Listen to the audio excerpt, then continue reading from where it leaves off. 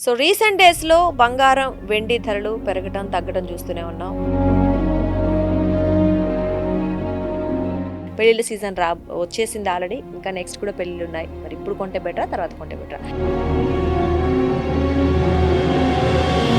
ఇప్పుడు ఇప్పుడు ఈ రోజు కొంటే రేపటికి ఏంటి పరిస్థితి ఎవరికీ అర్థం ఇంత కావట్లేదు. వాలటిలిటీ అనేది ఎప్పుడు మేము కూడా చూడలేదండి. అంటే గోల్డ్ అనేది ఎట్లా అంటే ఒక స్టేబుల్ ఇన్వెస్ట్‌మెంట్ అనుకునే వాళ్ళం కదా! ఒక 4,00,000 నుంచండి 4,00,000 సిల్వర్ అయ్యి అక్కడి నుంచి మళ్ళీ 2,60,000 వరకు అంటే దాదాపుగా 60% తగ్గడం ఎప్పుడైనా చూసారా? సో, ఈ విధంగా మనకెప్పుడైతే యుద్ధం అనే ఒక రకమైన అన్సర్టనిటీ గాని, ఒక రకమైన రిస్క్ వస్తుందో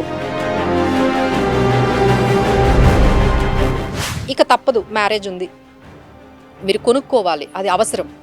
నీడ్ అనమాట. అది మీకు నీడ్, అది అవసరం. దాన్ని మీరు పోస్ట్‌పోన్ చెయ్యలేరు. మీ దగ్గర ఓ 10,00,000 మీరు పెట్టుకున్నారు గోల్డ్ కొనుక్కోవడానికి. ఒకే ప్రైస్‌లో కొనుక్కోకుండా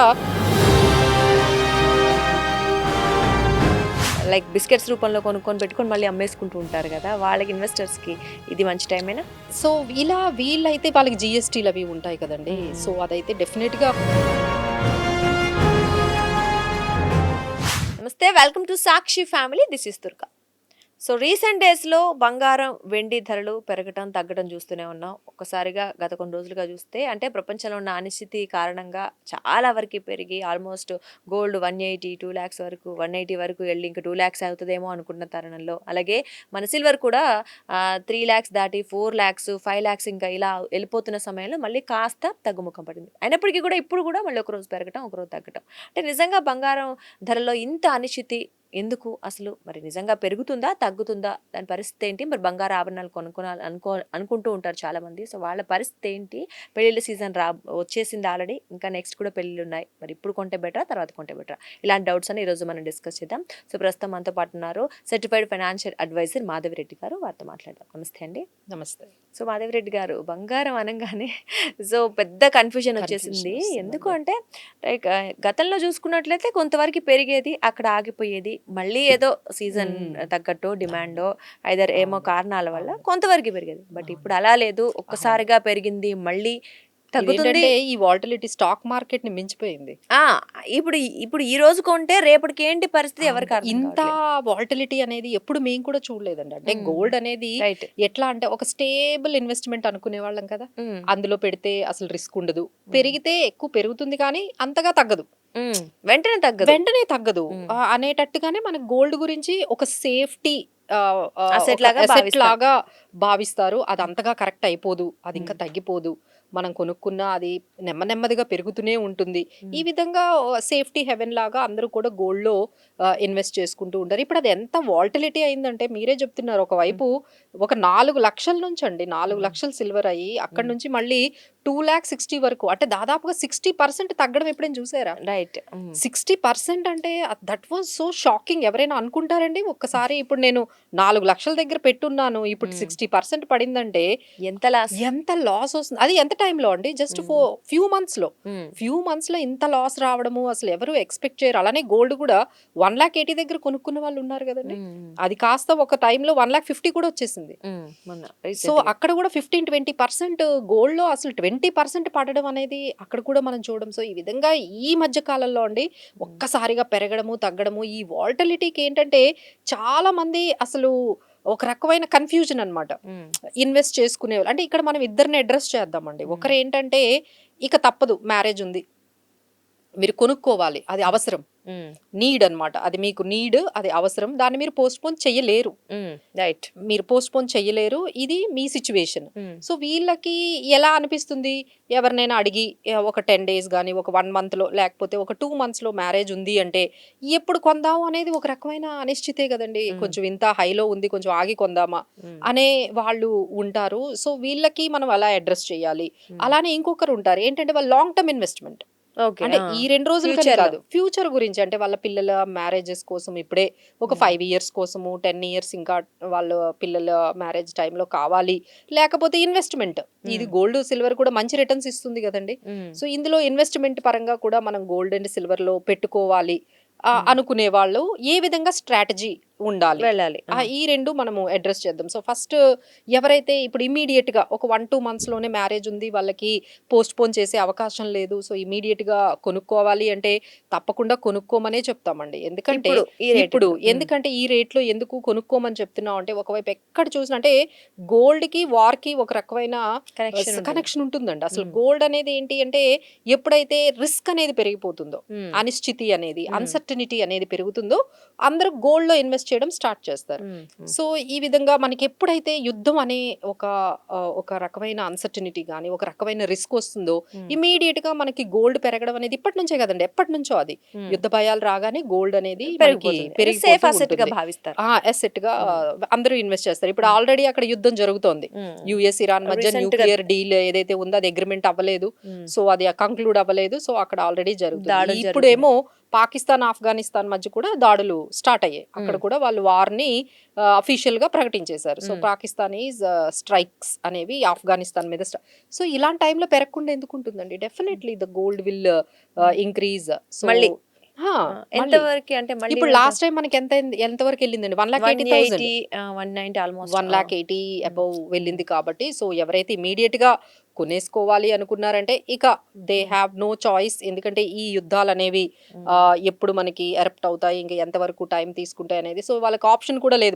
అంటే యుద్ధం అంతా ఆగిపోయిన తర్వాత కొంచెం కరెక్షన్ అనేది రావచ్చు. హ్మ్. బట్ వాళ్ళకి టైం లేదు కదండీ! Of course. Right. They right. Don't have time. So, హ్మ్. ఇలాంటి వాళ్ళు ఏం చేయాలి? మాకు 1 మంత్, 2 మంత్స్‌లోని మాకు పెళ్లుంది. మేము అర్జెంట్‌గా కొనుక్కోవాలి అనుకునే వాళ్ళకైతే హ్మ్. ఇప్పుడే కొనుక్కోమని మనం సలహా చెప్తాం. చెప్పొచ్చు. హ్మ్. బట్ ఇన్వెస్ట్‌మెంట్ చేసుకునే వాళ్ళకంటే ఒక 5 ఇయర్స్, 10 ఇయర్స్ ఇలా ఇన్వెస్ట్ చేసుకునే వాళ్ళైతే ఒక స్ట్రాటజీని అప్లై చేసుకోవాలండి. హ్మ్. స్ట్రాటజీ అంటే ఏంటంటే ఒకేసారి మీరు ఫిజికల్ గోల్డ్ అనేది కొనుక్కోకూడదు.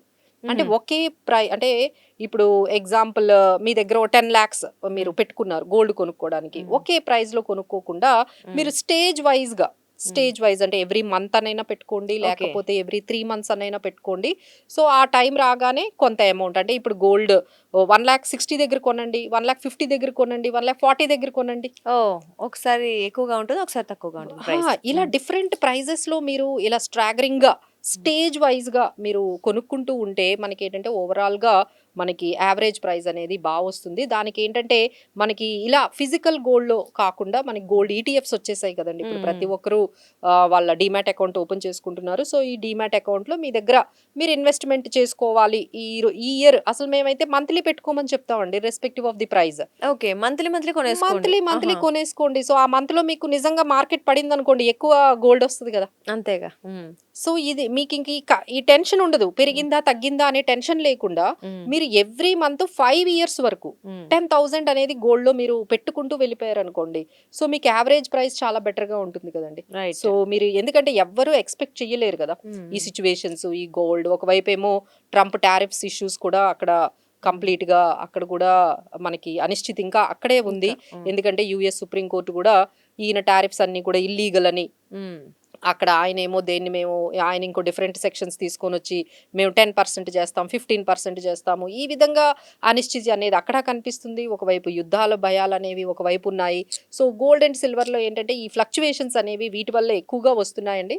సో, ఎవరైతే ఈ గోల్డ్‌లో లాంగ్ టర్మ్ ఇన్వెస్ట్‌మెంట్ పెట్టాలి అనుకుంటున్నారో ఫిజికల్‌గా అయితే వెళ్ళకండి. హ్మ్. మీకు గోల్డ్ ఈటీఎఫ్స్ ఉన్నాయి. గోల్డ్ మ్యూచువల్ ఫండ్స్ కూడా ఉన్నాయండి. రైట్. అవును. సో, గోల్డ్ మ్యూచువల్ ఫండ్స్‌లో ఎస్ఐపి ద్వారా మీరు ఎవ్రీ మంత్ 10,000 అని పెట్టుకున్నారనుకోండి. మీ హ్మ్. అమౌంట్‌లో నుంచి ఆ 10,000 కట్ అవుతుంది. ఆ ఇన్వెస్ట్‌మెంట్ ఆ రోజు వాల్యూ ఎంతుందో ఎంతుందో. మీకంత యూనిట్స్ అనేవి ఎలకేట్ అయిపోతాయి. ఓకే. సో, మీకీ టెన్షన్ ఉండదు గదా! హ్మ్. ఎవ్రీ డే ఈ గోల్డ్ పెరిగిందా? తగ్గిందా? అనే టెన్షన్ లేకుండా you keep on investing that.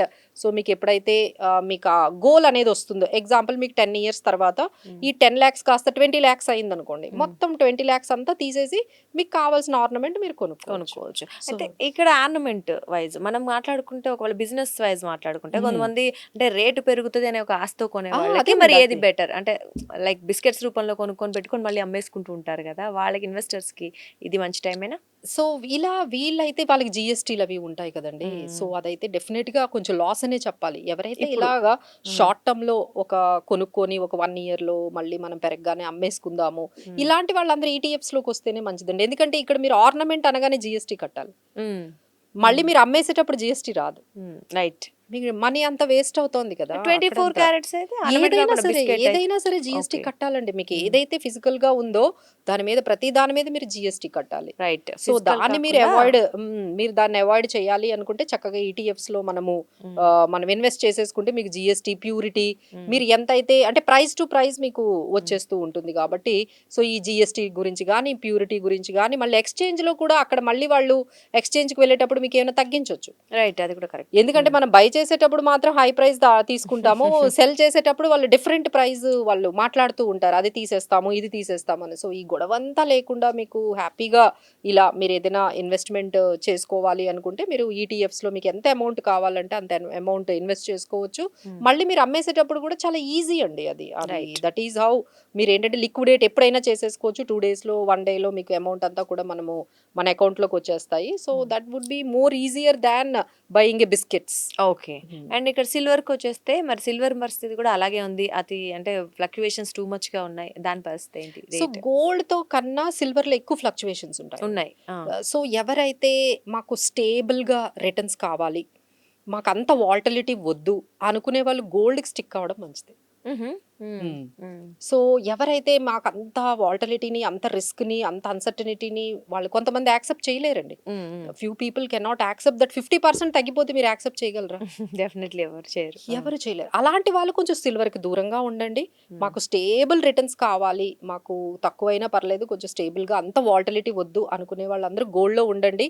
పర్వాలేదు మేము ఎంత రిస్క్ అయినా తీసుకుంటాము అనుకునే వాళ్ళు మాత్రమే ఈ సిల్వర్ లోకి కొంచెం ఎంటర్ అవ్వాలి. ఎందుకంటే దాంట్లో ఫ్లక్చువేషన్స్ 40-50% ఎక్కువ ఉంటాయి. ఒకే రోజు 10% కూడా మీకు కనిపిస్తుంది రైట్. సిల్వర్ లో. కానీ గోల్డ్ లో అంత ఎక్కువగా మనం సిల్వర్ తో కంపేర్ చేసుకుంటే గోల్డ్ లో అంత ఉండదు. సో అన్సర్టనిటీస్ మాకు ఓకే అనుకునే వాళ్ళు, ఎందుకంటే ఈ సిల్వర్ అనేది ఏమవుతుందంటే డిమాండ్ అండ్ సప్లై బట్టి ఉంటుందండి.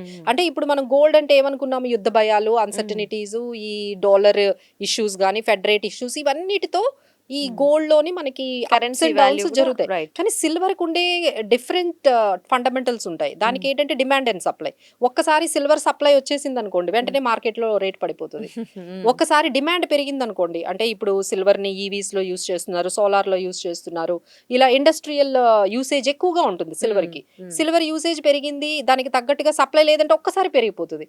మళ్ళీ ఆ సప్లై వచ్చింది అనుకోండి, మళ్ళీ ఒక్కసారిగా పడిపోతుంది. సో ఈ సిల్వర్ లో మాత్రం that should not be an option. ఎందుకంటే మీకు రిస్క్ తీసుకునే ఎబిలిటీ లేకపోతే సిల్వర్ కి దూరంగా ఉండండి. Gold is better. సో ఇప్పుడు ఈ రేటు కూడా కొనొచ్చు అంటారు. ఈ రేటు కూడా కొనుక్కోవచ్చు. అదే చెప్తున్నాను, దేర్ ఆర్ 2 ways. మీకు అవసరము అంటే ఇప్పుడు కొనుక్కోవాలి, మనకు అవసరం లేదంటే ఆగండి, ఒకేసారి కొనకండి. డిఫరెంట్ స్టేజెస్ లో డిఫరెంట్ ప్రైజెస్ లో ఒక స్ట్రాటజీ, ఒక డిసిప్లిన్ గా ఎవ్రీ మంత్ లాగా ప్లాన్ చేసుకొని మీరు బై చేసుకుంటే బాగుంటుంది. ఇప్పుడు చాలా మంది ఏం చేస్తున్నారు, ఇది మేడం చెప్పారు కదా అని చెప్పేసి ఆ షాప్ కు వెళ్ళి స్కీమ్స్ ఓకే ఆ స్కీముల్లో పెట్టుకుంటున్నారండి. సో దానికన్నా ఇదే బెస్ట్. ఎందుకంటే ఆ స్కీమ్స్ లో మళ్ళీ మనం ఏం చేస్తాము, ఒక 1 year అవగానే ఒక 10 grams అవన్నీ మళ్ళీ లిక్విడేట్ చేసుకోవాలి. మళ్ళీ మీ దగ్గర ఉన్న అమౌంట్ ని కొంచెం యాడ్ చేస్తే గానీ మీకు ఇష్టమైంది రాదు.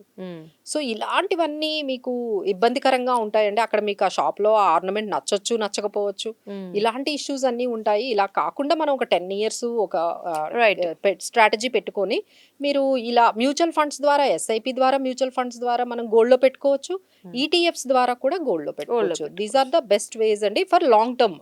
ఒక 5 years వాళ్ళ పిల్లలకి కోసం కొనుక్కునే వాళ్ళందరికీ, ఇన్వెస్ట్మెంట్ పరంగా పెట్టుకునే వాళ్ళందరికీ this is the best option. Okay అండి, నైస్. అంటే జనరల్ గా గోల్డ్ సిల్వర్ ఎప్పుడు మన భారతదేశంలో వద్దు అనుకునే వాళ్ళు ఎవరు ఉండరు అనుకోండి. సో రేట్లు పెరిగేటప్పటికి ఒకేసారి ఇంత ప్రైస్ లో కొనలేరు డెఫినెట్లీ. సో అందుకే ఇన్వెస్ట్మెంట్ బేసిస్ లో కొనడం ఉత్తమం అంటారు. Anyways thank you so much అండి, చాలా క్లియర్ గా అర్థమయ్యేలా చెప్పారు. Thank you.